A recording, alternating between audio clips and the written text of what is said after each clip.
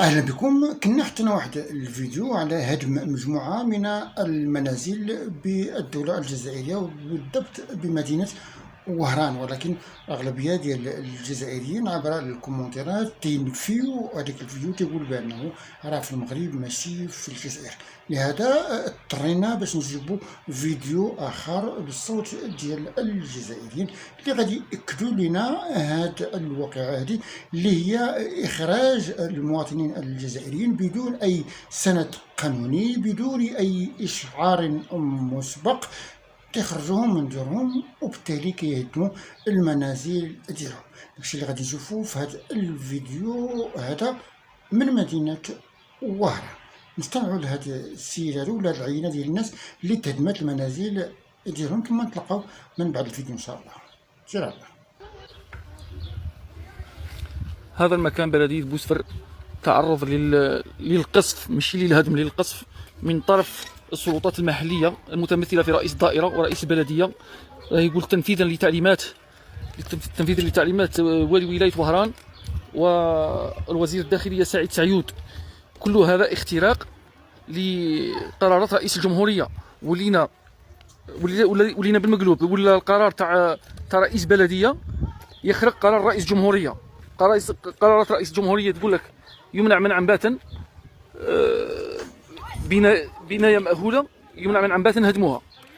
هدمها ملا هدموا الناس كانينا وخرجوا لنا انسانه من الدار بالقوه، دخلوا للدار، خرجوا لنا انسانه بالقوه، كسروا علينا الحرمه تاعنا. الحرمه تاعك تاع البيت تاعك ما خلوهالناش. حنا ما عرفنا رواحنا دروك لا جزائريين ولا من دوله واحده اخرى. يا اخي هذه دوله عندها سياده، عندها قوانين. يا اخي انا فوتني في المحكمه الاداريه، فوتني في المحكمه الجزائيه، نلتمس كاع منك العقوبات الا عقوبه الهدم اللي ما نرضاهاش. وهذا المكان هو مكان واحد. كما سمعتوا راهم كيخرجوهم من المنازل ديالهم بدون المرور على المصادر ديال المحاكم. نورمالمون اذا كان شي نزاع على شي ارض ولا شي دار تكون المساطير القانونيه، تمشي الناس للمحكمه، تحكم المحكمه، عاد ديك الساعه تيجي تنفيذ. ولكن هادو ما كاين لا محكمه لا اشعار لا حتى شي حاجه، ديريكتومون جدرك تهدم. اذا كنت تقول فوضوي، هذوك فوضوي راهم ما غادر على حتى غير هذا المكان بالذات. عاونونا بالبارطاج، على الاقل الرحمه على والديكم، نصوفوا غير اللي راهم مازالوا كاينين. مايري دخلنا القضيه تاعنا للمحكمه، قال لك المحكمه وما على باليش بها، قال لك المحكمه، قال لك ربي استغفر الله العظيم انا مسؤول على كلامي، قال لك ربي وما نسمعش به. وشكرا. باش تزيدوا تاكدوا مزيان بان الشباب في الجزائر، غادي نزيد لكم واحد الفيديو اخر من واحد المنطقه اخرى، نفس الشيء، المنازل كتهدم، الناس يخرجوا للشوارع بدون ما تعلموهم السلطات الجزائريه. شوفوا هذا الفيديو هذا كنتو نتلاقاو.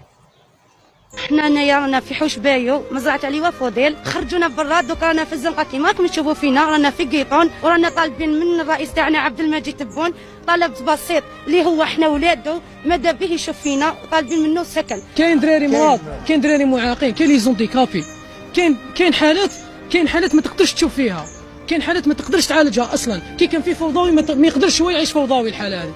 ايماجيني اليوم اللي راهو في الخلاء لازم حل مستعجل، خاطش علاه راه معاناه كبيره، السخانه رانا نعسوا دابا. كاين ناس راهي ترقد وناس راهي تعس وناس نوض الصباح، اللي نوض الصباح والاخر راح يرقد اللي كان يعس.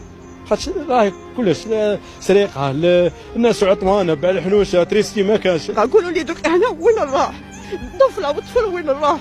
والغريب في هذه القضيه هذه ديال هذه المنازل ديال المواطنين الجزائريين هو انه ما تيكونش هناك حتى شي تعويض.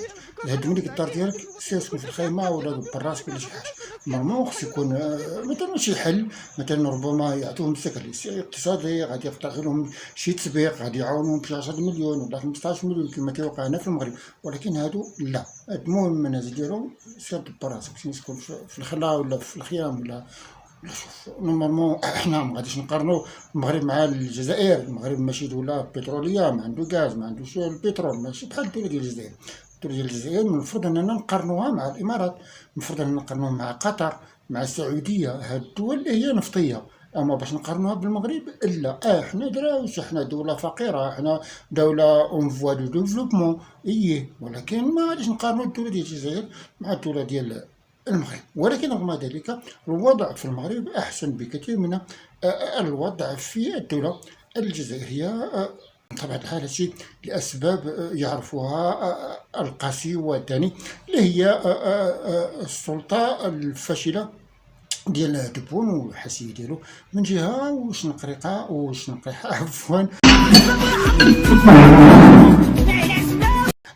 من جهه اخرى.